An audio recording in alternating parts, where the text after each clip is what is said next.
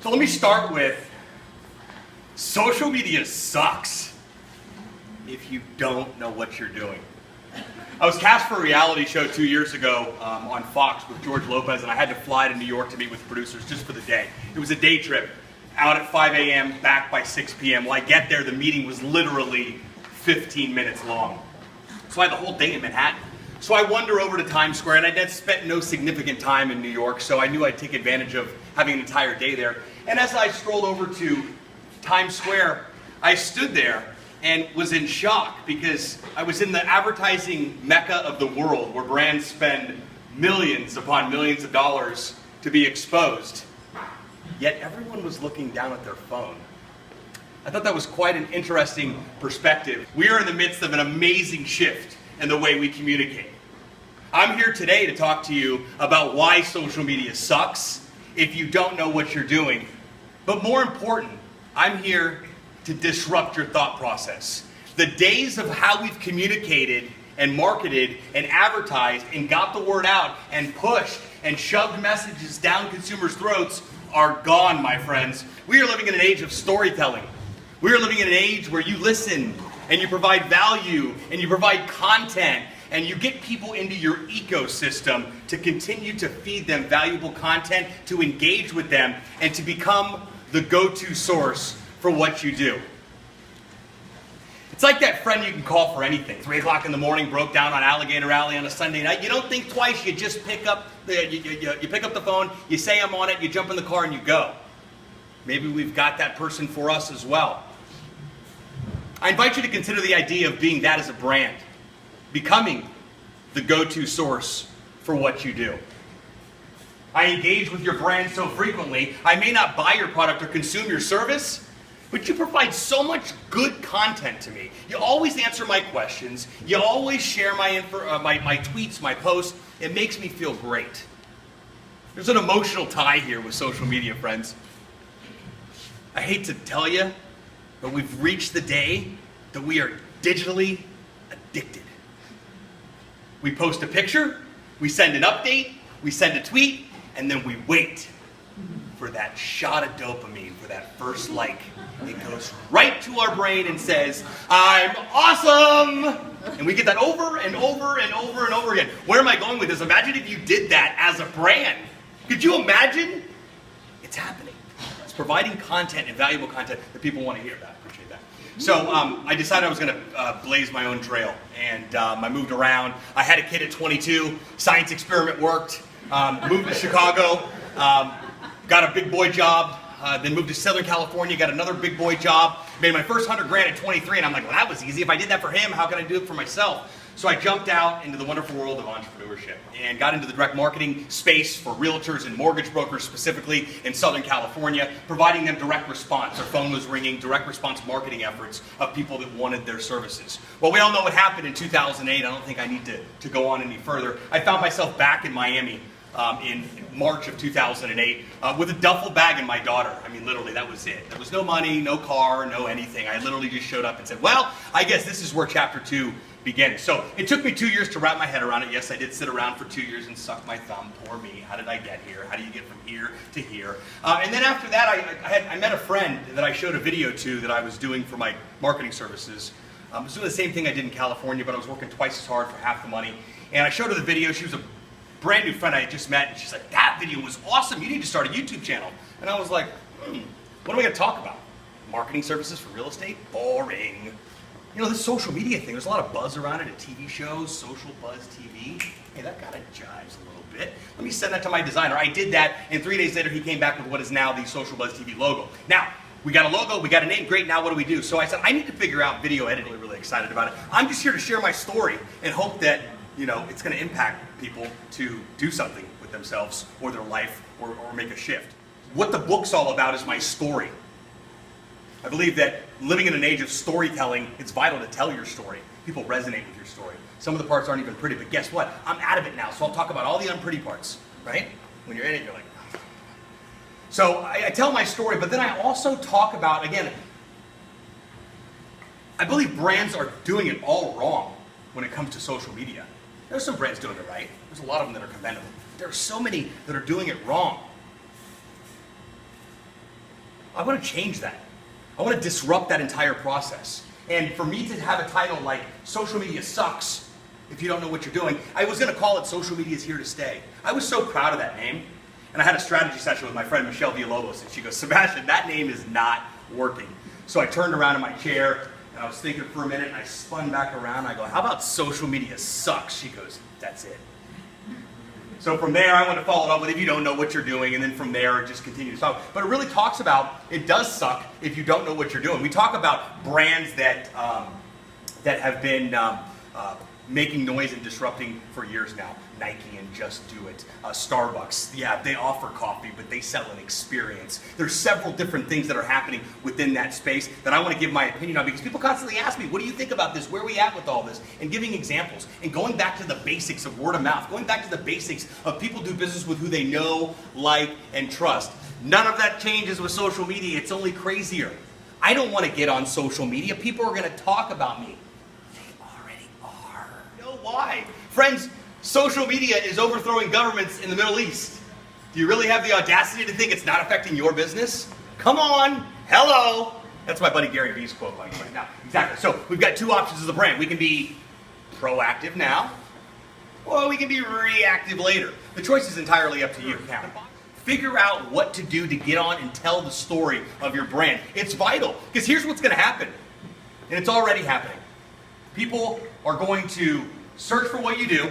They're going to find your website, and they're not going to be able to go to your Facebook page, to your Twitter account, to your blog, to your YouTube channel. And guess what? They're going to click away, and they're going to go to your they're going to go to your competition. Why? Because people expect to be able to connect with you instantaneously.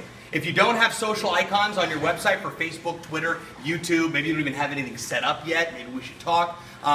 If they're not on the top of your website, above the fold, means I get to your website, I don't have to scroll. They've got to be on the top there. Friends, we don't want to make it difficult for people to do business with us and to access us. We want them to know as much information about us as possible. Social media really opens the floodgates to being able to do that. Top 5 things that you need as a brand in order to be social. Number 1, you've got to have a presence on all platforms. Set up a presence on Facebook, Twitter, YouTube, a blog, Google+. Create content. What is your brand all about? What is your industry all about? Maybe a picture of a nice sunset, maybe a post about the Heat getting into the playoffs. It doesn't really matter what you're talking about, as long as it pertains to your brand and you're not selling. This is not a platform for you to get up and shove your message down consumers' throats to sell your crap. And I say in the context of crap because what do you feel like when someone tries to pitch you? You're like, I don't want to see this crap. See what I mean? You see what I mean? It's about telling the story of your brand and then sprinkling in, oh, by the way, we do this. Oh, by the way, we do this. I'm not going to use you as an example anymore. That just went completely south on there. Be consistent.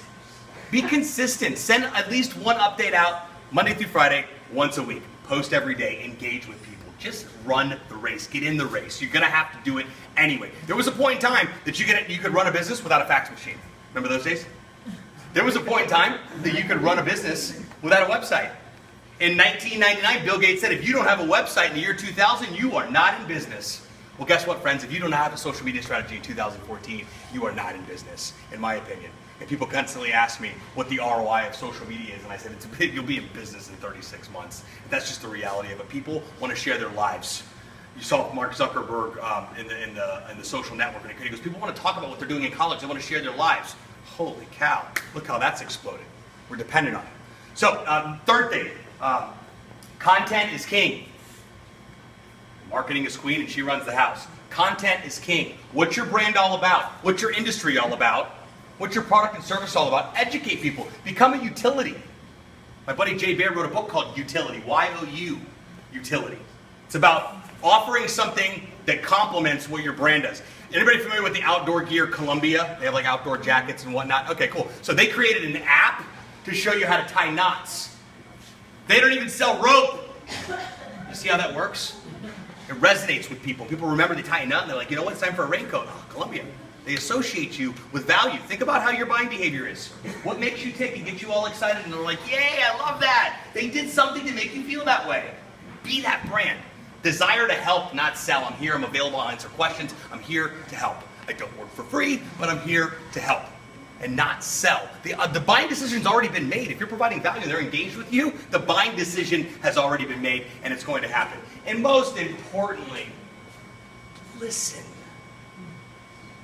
We are listening to figure out what we want to say next. We are not listening to better understand. Listen. They're talking to you. Do you realize you can go to search.twitter.com and type in your keywords pertaining to your business and your competition and find out what conversations are taking place right now?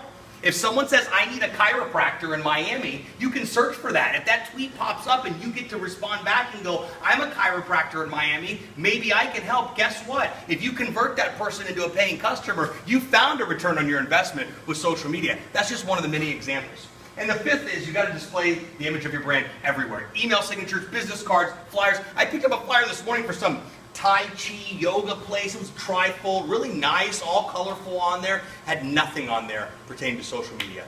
It said they had an introductory offer of $19. I'm running in that place. Instead of connecting, better understanding, maybe going to their YouTube channel, seeing a class, interacting with the owner, the people that are there, seeing testimonials, telling the story of our brand, testimonials, how-tos, top 10 frequently asked questions about our brand, did you knows. All these things are readily available to shoot on our cell phone and just upload to YouTube to talk about our brand. Is this sinking in? Is this registering? Is everybody kind of driving with this, or am I just absolutely nuts up here with the bow tie? Don't answer the second one. I never, ever